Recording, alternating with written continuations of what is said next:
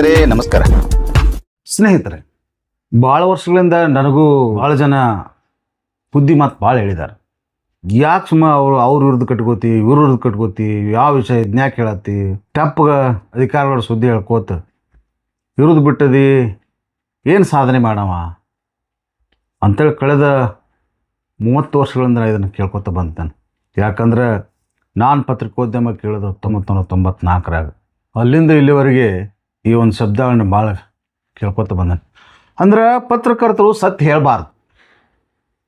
ಸತ್ಯ ಹೇಳ್ರೆ ನಿನ್ನ ಜೀವಕ್ಕೆ ತ್ರಾಸೈತಿ. ನಿಮ್ಮನ್ನು ಯಾವಾಗ ಎಲ್ಲಿ ಏನು ಮಾಡ್ತಾರೋ ಗೊತ್ತಿಲ್ಲ. ಅವ್ರನ್ನ ಸಾಮಾಜಿಕವಾಗಿ ನೀವು ಬೆತ್ತಲೆ ಮಾಡೋಕೆ ಹೋದ್ರೆ ನಿಮ್ಮನ್ನು ಹೆಣ ಮಾಡಿ ಅವ್ರು ಬೆತ್ತಲೆ ಮಾಡ್ತಾರೋ ಅನ್ನೋ ಧಮ್ಕಿನೂ ಹಾಕ್ತಾರೆ. ಕೆಲವೊಂದು ಬುದ್ಧಿ ಮಾತನ್ನು ಹೇಳ್ತಾರೆ ನಮಗೆ. ಅವ್ರಿಗೆ ಅವ್ರದ್ದು ಬರೆದ ನೀ ಯಾಕೆ ಸತ್ಯ ಹೆಣ ಹಾಕ್ತಿ ಅಂತ ಭಾಳಷ್ಟು ಈ ವಿಷಯನ ಕೇಳ್ಕೊತ ಬಂದಿದ್ದಾನೆ. ನಾನು ಹ್ಞೂ ಅನ್ಕೋತ ಬಂದೀನಿ. ನನ್ನ ಕೈಲಾದ ಮಟ್ಟಿಗೆ ನನ್ನ ಏಟೆಟ್ ಸಾಧ್ಯತೆ ಅದನ್ನು ವಿಷಯವನ್ನು ನಾನು ಬಿಚ್ಚಿಡ್ತಾನೆ ಬಂದಿದ್ದಾನೆ. ಅದರಿಂದ ಸಾಕಷ್ಟು ನನ್ನ ಮೇಲೂ ಕೇಸ್ ಆಗಿದ್ದಾವೆ, ನನ್ನ ಮೇಲೂ ಆರೋಪ ಆಗಿದ್ದಾವೆ. ವೈಯಕ್ತಿಕವಾಗಿ ನಾನು ಭಾಳ ತ್ರಾಸ ಅನುಭವಿಸಿದ್ದೀನಿ. ಬಟ್ ಅದರಿಂದ ನನ್ನ ಪತ್ರಿಕೋದ್ಯಮಕ್ಕೇನು ಕಿಂಚಿತ್ತು ಹಿನ್ನಡೆ ಏನಾಗಿಲ್ಲ. ನಾ ಏನು ಮಾಡ್ಬೇಕಂದ್ರೆ ಅದು ಮಾಡ್ಕೋತ ಬಂದಿದ್ದೇನೆ. ಕೆಲವು ವಿಷಯಗಳು ಏನಾಗ್ತೈತೆ ಅಂದರೆ, ಇವತ್ತಿನ ಕಾಲದಾಗ ನಾನು 30 ವರ್ಷಗಳಿಂದ ನೋಡ್ಕೊತ ಬಂದಾಗ ಅವ್ರು ಎಲ್ಲಿದ್ದರು, ಈಗ ಅವ್ರು ಎಲ್ಲಿದ್ದಾರು ನಾನು ತುಲನೆ ಮಾಡ್ತಾರೆ. ಕಂಪ್ಯಾರಿಸನ್ ಮಾಡ್ತೇನೆ. ಏನೇನು ಆಗತೈತಿ, ನಾನು ಹಂಗೆ ಇರ್ಬೋದಾಗಿತ್ತಲ್ಲ, ಹಿಂಗೆ ಇರ್ಬೋದಾಗಿತ್ತಲ್ಲ, ಅವ್ರು ಚೇಲ ಬಡಿದ್ರು, ಇವ್ರು ಬಡಿದ್ರು, ಅವ್ರು ಎಷ್ಟು ಮುಂದೆ ಹೋಗ್ಯಾರು, ನೀ ಅವ್ರ ವಿರುದ್ಧ ಮಾಡ್ಕೊತ ಬಂದು, ಅವ್ರ ವಿಷಯಗಳನ್ನ ಮಾಡ್ಕೊತ ಬಂದು, ನೀ ಎಲ್ಲಿದ್ದಿ ಅಂತ ಕೇಳ್ತಿರ್ತಾರೆ ನಾನು. ಬಟ್ ಅದಕ್ಕೆ ನಾವೆಲ್ಲ ಮುಗುಳ್ನಾಗ್ತೇನೆ. ಯಾಕಂದರೆ ಅವ್ರದವ್ರಿಗೆ ಹಣೆ ಬರ, ನಮಗೆ ಹಣೆ ಬರ. ಎಷ್ಟಾದ್ರೆ ನಮ್ಮ ಪತ್ರಿಕೋದ್ಯಮ ಕೆಲಸಕ್ಕೆ ಮಾತ್ರ ನಾವು ಅಂದರೆ ಸ್ಯಾಟಿಸ್ಫ್ಯಾಕ್ಷನ್ ಇದೆ, ನಮಗೆ ತೃಪ್ತಿ ಅದ. ನಮಗೆ ನಾವೇನು ಮಾಡ್ಕೊತ ಬಂದಿದ್ದೀವಿ ಅದಕ್ಕೆ ನಮ್ಮ ಹಾದಿ ಹೆಂಗೆ ಬಂದೈತಿ ಅದು ತೃಪ್ತಿದಾಯಕವಾಗೈತಿ. ಇದನ್ನು ನಾವು ಹೀಗೆ ಮುಂದುವರಿಸ್ತು, ನಮ್ಮ ಹಿಂಗೆ ಇಟ್ಟಿರಲಿ. ಸೊ ಇದನ್ನೆಲ್ಲ ನಾ ಯಾಕೆ ಹೇಳತ್ತನಂದ್ರೆ, ಸತ್ಯ ಹೇಳೋರ್ಗೆ ಕಷ್ಟಗಳು ಬರ್ತಾವಂತ. ವಿಷಯಗಳು ಏನು ಬರ್ತಾವಂದ್ರೆ, ಪತ್ರಕರ್ತರು ಆಳುವವರ ವಿಷಯಗಳನ್ನು, ಅವರ ಸಮಾಜ ಬಾಹಿರ ಚಟುವಟಿಕೆಗಳನ್ನ ಬಹಿರಂಗ ಮಾಡಿದ್ರೆ ಅವ್ರ ಮೇಲೆ, ಅಂದ್ರೆ ಪತ್ರಕರ್ತರ ಮೇಲೆ ಹಲ್ಲೆ ಆಗೋದು, ಬಡಿಸೋದು, ಅಟ್ಯಾಕ್ ಮಾಡಿಸೋದು ಕಾಮನ್ ಆಗಿರ್ತೈತಿ. ಅಂದ್ರೆ ಅವ್ರ ಎಕನಾಮಿಕ್ ಏನಾರ ಅವು ಭಾಳ ಸಫರ್ ಇದ್ದಂದ್ರೆ ಅವ್ನು ಒತ್ತಟ್ಟು ದೈತ್ಯಂಗೆ ಅದನ್ನು ಎಬ್ಸಾಕ್ ಹಚ್ಚೋದು.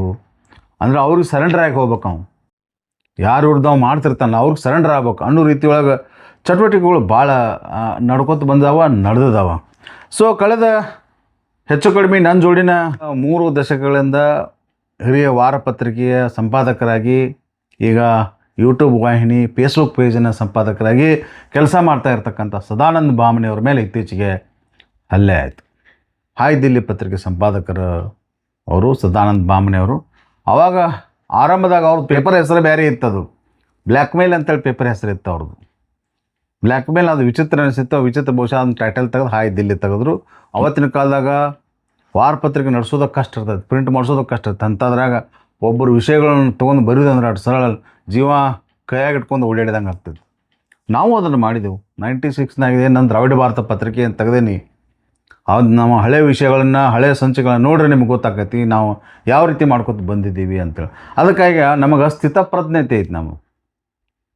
ನಮಗೆ ಭಾಳ ಸಲ ಹೇಳ್ತಿರ್ತಾರೆ, ಅವ್ರ ವಿರುದ್ಧ ಯಾಕೆ ಬರೀತಾರೆ ಅಂದರೆ, ವಿಶೇಷವಾಗಿ ಜಾರಕಿಹೊಳಿ ವಿರುದ್ಧ ಯಾಕೆ ಬರೀತೀರಿ, ಅವ್ರ ವಿರುದ್ಧ ಯಾಕೆ ಬರೀತೀರಿ. ನಮಗೇನು ಯಾರ್ದು ಪರ್ಸ್ನಲ್ ಗ್ರಹಿಸೂ ಇಲ್ಲ, ಪರ್ಸ್ನಲ್ ವಿರೋಧ ಏನು ನಮ್ಮದಿಲ್ಲ. ಬಟ್ ಸಾಮಾಜಿಕವಾಗಿ ನಾವು ವಿಷಯಗಳನ್ನ ಎತ್ತರ, ಸಾಮಾಜಿಕ ಸಾರ್ವಜನಿಕರವಾಗಿ ಎತ್ತರ ಅವ್ರ ವಿರುದ್ಧ ಹೋಗತ್ತೆ, ಏನು ಮಾಡೋಕ್ಕಾಗತ್ತೆ. ಉದಾಹರಣೆಗೆ ನಾವು ಗೋಕಾಕದ ಮುನ್ಸಿಪಾಲ್ಟಿದು ಬರೆದ್ರು, ಅರಬಾವಿ ಕ್ಷೇತ್ರದ ಬರೆದು, ಅಥವಾ ಗೋಕಾಕ್ ಕ್ಷೇತ್ರದ ಬಗ್ಗೆ ಬರೆದು, ಯಮಕನಮರಡಿ ಕ್ಷೇತ್ರದ ಬಗ್ಗೆ, ಜಿಲ್ಲಾದ ಬಗ್ಗೆ ಬರೆದ್ರೆ ಯಾರಿಗೆ ಹೋಗ್ತೈತಿ? ಯಾರ್ದಾರ ಅದಕ್ಕೆಲ್ಲ ಈಗ ಜನಪ್ರತಿನಿಧಿಗಳು ಅವರೇ ಅದಾರ. ಜಾರಕಿಹೊಳಿ ಅಂತೇಳಿ ಬೇರೆ ಯಾರು ಜಾರಕಿಹೊಳಿ ಅಡ್ರೆಸ್ ಬಿಟ್ಟು ಬೇರೆದವ್ರಿಗಿದ್ರು ಅವ್ರಿಗೆ ಹೋಗ್ತಿತ್ತು ಅದು. ಬಟ್ ಭಾಳ ಜನ ಇವತ್ತಿನ ಕಾಲದಾಗ ಅವ್ರ ಅಭಿಮಾನಿಗಳು ಇರ್ತಾರೆ, ಜಾರಕಿಹೊಳಿ ಅವ್ರ ಅಭಿಮಾನಿಗಳು ಇರ್ತಾರೆ. ಅವ್ರಿಗೆ ಸ್ವಾಭಾವಿಕವಾಗಿ ಅದು ಪಿಂಚ್ ಅನಿಸ್ತೈತಿ, ಬರೀ ನಮ್ಮ ವಿರುದ್ಧ ಬರೀ ಆತನಪ್ಪ ಅಂತೇಳಿ. ಬಟ್ ಪತ್ರಕರ್ತನ ವಿಷಯ ಎಲ್ಲ ನಮ್ಮ ಹಳೆ ವಿಷಯಗಳು ತೆಗೆದುಕೊಂಡು ನೋಡಿದ್ರೆ ಅವೆಲ್ಲ ಸಮಾಜಮುಖಿಯ ವರದಿಗಳನ್ನು ಮಾಡ್ತಾ ಇರುವಂಥದ್ದು. ಸೊ ಹಾಯ್ ದಿಲ್ಲಿ ಸಂಪಾದಕರಂಥ ಸದಾನಂದ ಭಾಮನಿಯವರು ಕೂಡ ಯಾವುದೋ ವಿಷಯಗಳನ್ನು ಬರೆದಾಗ ಅದನ್ನು ಸಹನ ಮಾಡಲಾರ್ದಂಥ ಆ ವ್ಯಕ್ತಿಗಳು ಅಥವಾ ಬುಕ್ಕಿಗಳು ಇರ್ಬೋದು, ನಮ್ಮ ಉದ್ಯೋಗ ನಡೆಯಕ್ಕೆ ಬಿಡ್ತಾ ಇಲ್ಲ.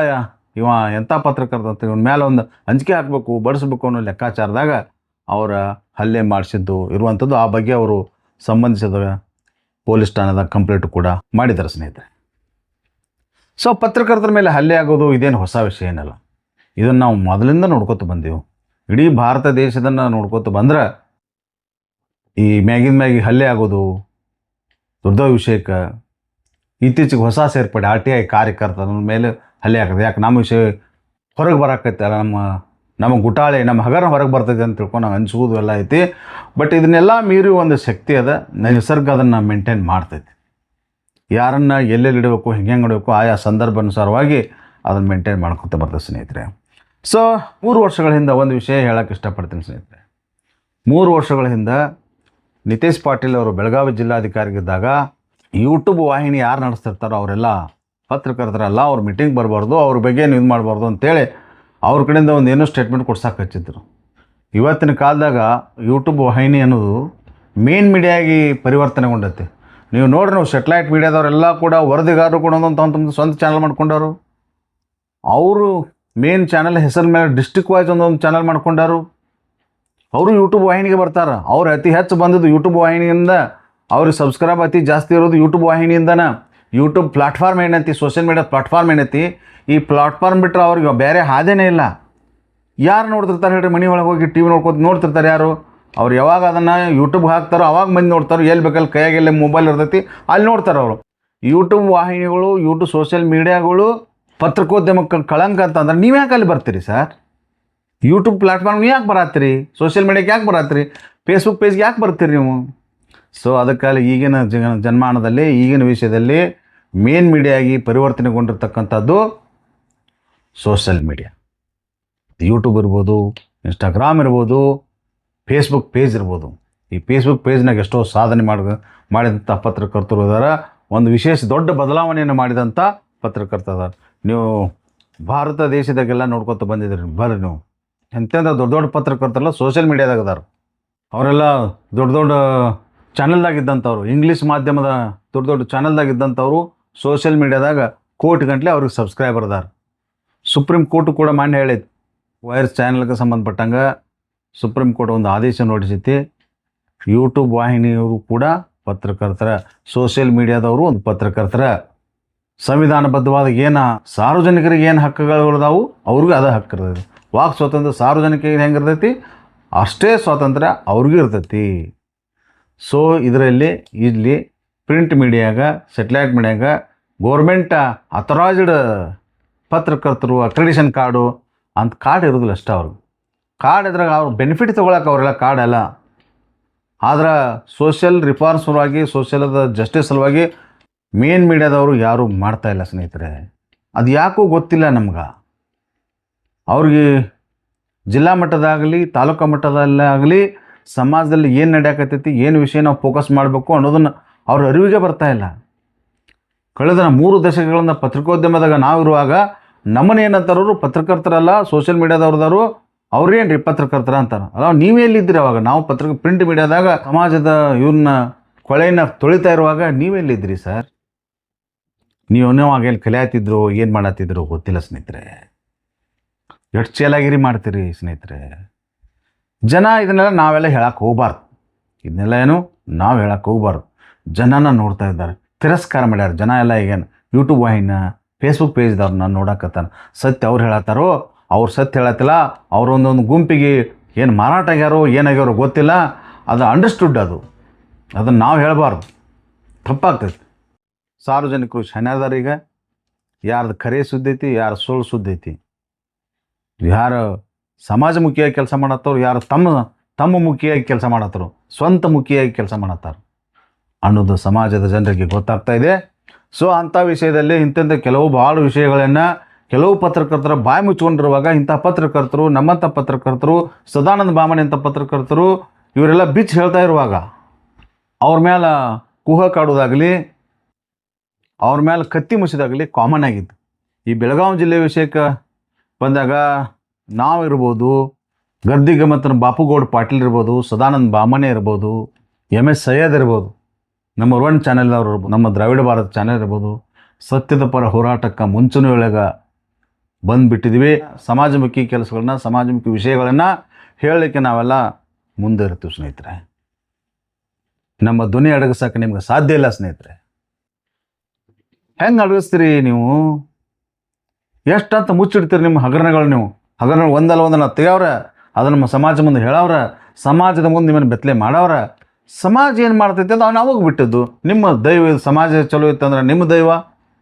ಸಮಾಜದ ಮುಂದೆ ಬಿಚ್ಚಿಡೋ ಕೆಲಸವನ್ನು ನಾವು ಮಾಡೇ ಮಾಡ್ತೀವಿ ಸ್ನೇಹಿತರೆ. ನೀವು ಹೆಚ್ಚು ನಾವು ಬಾಯಿ ಮುಚ್ಚಕ್ಕೆ ಪ್ರಯತ್ನ ಮಾಡಿದಾಗ ನಾವು ಯಾವ ಕಡೆ ಅಂದ್ರೆ ಸ್ಫೋಟ ಹಾಗೆ ಆಗ್ತಿರ್ತೀವಿ. ನೋಡ್ತಾ ಇರಿ ಸ್ನೇಹಿತರೆ, ಇದು ನಿರಂತರ ಪ್ರಕ್ರಿಯೆ. ನಾ ಬಿಟ್ಟರು ಮತ್ತೊಬ್ಬ ಚಲೋ ಮಾಡಿರ್ತಾನೆ, ಮತ್ತೊಬ್ಬ ಚಲೋ ಮಾಡಿರ್ತಾನೆ. ಇದೊಂಥರ ಸೈಕ್ಲಿಂಗ್ ಸಿಸ್ಟಮ್ ಇದ್ದಂಗೆ ಇದು. ಸಮಾಜ ಆಗಾಗ ಇದನ್ನೆಲ್ಲ ಸಮಾಜದ ಸ್ಥಿತಿಗತಿಗಳನ್ನ, ಸಮಾಜದ ಕೊಳೆಯನ್ನು ಹೊರಗೆ ಹಾಕಲಿಕ್ಕೆ ಬೇರೆ ಬೇರೆ ವ್ಯಕ್ತಿಗಳನ್ನು ಬೇರೆ ಬೇರೆ ಸಂದರ್ಭದಲ್ಲಿ ತಾನೇ ಕ್ರಿಯೇಟ್ ಮಾಡ್ಕೊಂಡು ಬಿಟ್ಟಿರ್ತೇವೆ. ಆ ವ್ಯಕ್ತಿಗೆ ಗೊತ್ತಿಲ್ಲ ನಾವು ಹೇಳ್ಕೊತ ಹೋಗಿರ್ತಾನೆ. ಸೊ ಹಂಗೆ ನಾವು ಅಂತಲ್ಲ, ನಾಳೆ ನಮ್ಮಂತ ಮತ್ತೊಬ್ಬ ಹೆಂಗೆ ಹುಡುಗರು ಬರ್ಬೋದು, ಮತ್ತೊಬ್ಬ ಹೆಂಗೆ ಹುಡುಗರೇ ಇಲ್ಲ ಅವರು ಮಾಡ್ಯಾರೋ ನಾವು ಯಾಕೆ ಮಾಡಬಾರ್ದು ಅಂತ ಬರ್ಬೋದು. ಅದಕ್ಕೋಸ್ಕರ ಸಮಾಜಮುಖಿಯಾಗಿ ಕೆಲಸ ಮಾಡಿ ಸ್ನೇಹಿತರೆ. ಈ ಜನ ನಮ್ಮನ್ನೇನು ಹಾಳಾಗ್ತೀರಿ ನೀವೇನು ನಮ್ಮನ್ನು ಮುಚ್ಚಿಡಾಕ ನಾವು ಹೇಳ್ದಂಗೆ ಕೇಳ್ಬೇಕಂತ ಬಯಸಾಯ್ತೀರ. ಅದನ್ನು ಬಯಸಬೇಡ್ರಿ, ನಮ್ಮ ಮೇಲೆ ದಬಾವ್ ಹಾಕಕ್ಕೆ ಹೋಗ್ಬೇಡ್ರಿ. ಅದನ್ನು ನಾವು ಕೇಳಂಗಿಲ್ಲ. ಸದಾನಂದ ಬಾಮಣಿ ಅವ್ರ ಮೇಲೆ ಹಲ್ಲೆ ಮಾಡಿದ್ರೆ ಅದು ಬಾಯಿ ಮುಸ್ತೀರಿ ಅಂತ ತಿಳ್ಕೊಂಡಿರೋ ಅದು ನಿಮ್ಮ ದೊಡ್ಡ ತಪ್ಪದು. ನಾವು ಮತ್ತಟ್ಟು ಹೊರಗೆ ಬಂದುಬಿಡ್ದೈತಿ. ದ್ರಾವಿಡ ಭಾರತ ವಾರಪತ್ರಿಕೆಯನ್ನು ಪ್ರಿಂಟ್ ಮಾಡುವಂಥ ಕಾಲನಾಗ ಯಾರಾದರೂ ಧಮಕಿ ಹಾಕಲಿಲ್ಲ ಅಂದ್ರೆ, ವಿಷಯಗಳನ್ನ ಹೇಳಲಿಲ್ಲ ಅಂದ್ರೆ ನಮಗೇನೋ ಕಸಿವಿಸಿ ಹಾಕಿತ್ತು. ಅವಾಗ ಯಾಕೋ ನಮ್ಮದು ದ್ರಾವಿಡ ಭಾರತ ಇವತ್ತಿನ ವಿಷಯ ಈ ವಾರದ ಸಂಚಿಕೆ ಒಳಗೆ ಜನರನ್ನು ತಟ್ಟಲಿಲ್ಲ ಅಂಬಲ್ಲ. ಅವ್ರು ಏನಾರ ಬೇದಿದ್ರೆ ಅಂದ್ರೆ ನಮಗೆ ಸ್ವಲ್ಪ ಖುಷಿ ಆಗ್ತದೆ. ಅಂದ್ರೆ ಸರಿಯಾಗಿ ತಟ್ಟಿದೆ ನಮ್ಮ ವಿಷಯ, ನಮ್ಮ ಚಾನಲ್ ಸರಿಯಾಗಿ ಕೆಲಸ ಮಾಡಿದೆ, ಎಲ್ಲಿ ಯಾರಿಗೆ ಹೋಗಿ ಮುಟ್ಟು ಕೆಲಸ ಮಾಡೈತಿ ಅನ್ನೋದು ನಾವು ತಿಳ್ಕೊತಿದ್ದೀವಿ. ಅದನ್ನು ನೀವು ಕಾಮೆಂಟ್ ಒಳಗೆ ಬೇಕಾದ ಹಾಕಬಾರ್ದು. ಅಲ್ಲ, ನೀವು ಕಾಮೆಂಟ್ ನಮ್ಮನ್ನು ಟೀಕಾ ಮಾಡೋದಿತ್ತಂದ್ರೆ ನೀವು ನಿಮ್ಮ ಹೆಸರ ಮೇಲೆ ಟೀಕಾ ಮಾಡಲ್ಲ, ಯಾರು ಬೇಡ ಅಂತಾರೆ. ಟೀಕಾ ಮಾಡೋದು ನಿಮ್ಮ ಸ್ವಾತಂತ್ರ್ಯ. ಅದು ಫೇಕ್ ಅಕೌಂಟ್ ಕ್ರಿಯೇಟ್ ಮಾಡಿ ಯಾಕೆ ಟೀಕಾ ಮಾಡ್ತೀರಿ? ಗುರುತಾಗಬಾರ್ದು, ನಿಮ್ಮ ಹೆಸರು ಅವ್ರು ಗುರುತಾಗಬಾರ್ದು ಅಂತಾನೆ. ಅಷ್ಟು ಗುಲಾಮಿಗಿರಿ ಆಗಬೇಡ್ರಿ. ನೀವು ಟೀಕಾ ಮಾಡೋದು ನೇರವಾಗಿ ಟೀಕಾ ಮಾಡಿರಿ. ಟೀಕೆ ಮಾಡೋದು ನಿಮ್ಮ ಹಕ್ಕೈತಿ. ಯಾಕಂದ್ರೆ ನಮ್ಮದೇ ವಿಚಾರಧಾರೆಗಳನ್ನ ನಮ್ಮ ವಿಚಾರಧಾರೆಗಳಿಗೂ ನಿಮ್ಮ ವಿಚಾರಧಾರೆಗಳಿಗೂ ಡಿಫ್ರೆನ್ಸ್ ಇರ್ಬೋದು. ನಿಮ್ಮ ವಿಚಾರಧಾರೆ ಬೇರೆ ಇರ್ಬೋದು, ನಮ್ಮ ವಿಚಾರ ಬೇರೆ ಇರ್ಬೋದು. ಅದು ನಿಮ್ಮ ಮಾಡಿದ್ದು ಸರಿ ಇಲ್ಲ ಅಂತ ನೀವು ಕಮೆಂಟ್ ಹಾಕಿರಿ. ಮತ್ತು ಮುಂದೆ ಸುಧಾರಿಸ್ಕೊಳಕ್ಕೆ ನಮಗೂ ದಾರಿ ಆಗ್ತೈತಿ. ನಾವೆಲ್ಲ ಕಮೆಂಟ್ಗಳು ನೋಡ್ತೀವಿ.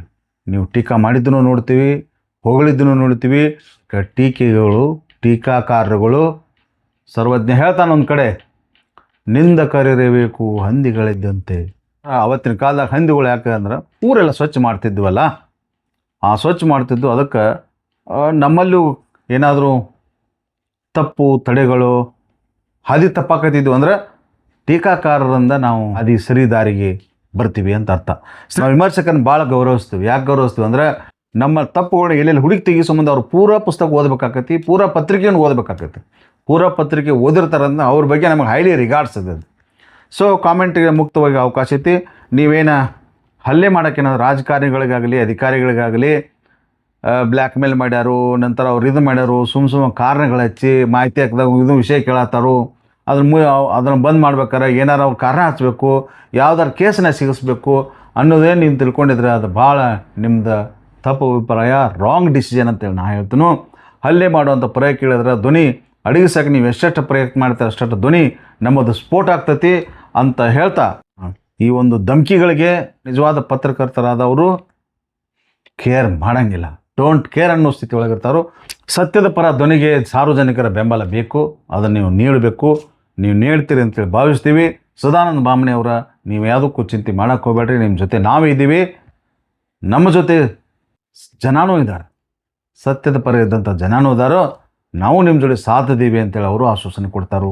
ನಾವು ನಿಮ್ಮ ಜೊತೆ ಆಶ್ವಾಸನೆ, ರಾಜಕಾರಣದ ಆಶ್ವಾಸನೆ ಅಲ್ಲ, ಇದು ಒಂದು ವಿಶ್ವಾಸದ ಆಶ್ವಾಸನೆಯನ್ನು ಕೊಡ್ತಾ, ಹಾಗೆ ಸಾರ್ವಜನಿಕರು ಕೂಡ ನಮ್ಮ ಎಲ್ಲರ ಸುದ್ದಿ ಚಾನೆಲ್ಗಳನ್ನ ನೋಡಿ ನಮ್ಮನ್ನೆಲ್ಲ ಹಾರೈಸಬೇಕು. ಹಾರೈಸಂದ್ರೆ ನೀವು ಎಷ್ಟು ಸಲ ಹೆಚ್ಚು ನೋಡ್ತೀರ ಅಷ್ಟು ನಮಗೂ ಖುಷಿ ಆಕೈತಿ, ನಮಗೆ ಹುರುಪು ಬಂದುಬಿಡ್ತೈತಿ ಅನ್ನೋದನ್ನು ಹೇಳ್ತಾ ಇವತ್ತಿನ ಈ ಸಂಚಿಕೆಗೆ ವಿರಾಮ ಹೇಳ್ತಿದ್ದೀನಿ ಸ್ನೇಹಿತರೆ. ನಮಸ್ಕಾರ.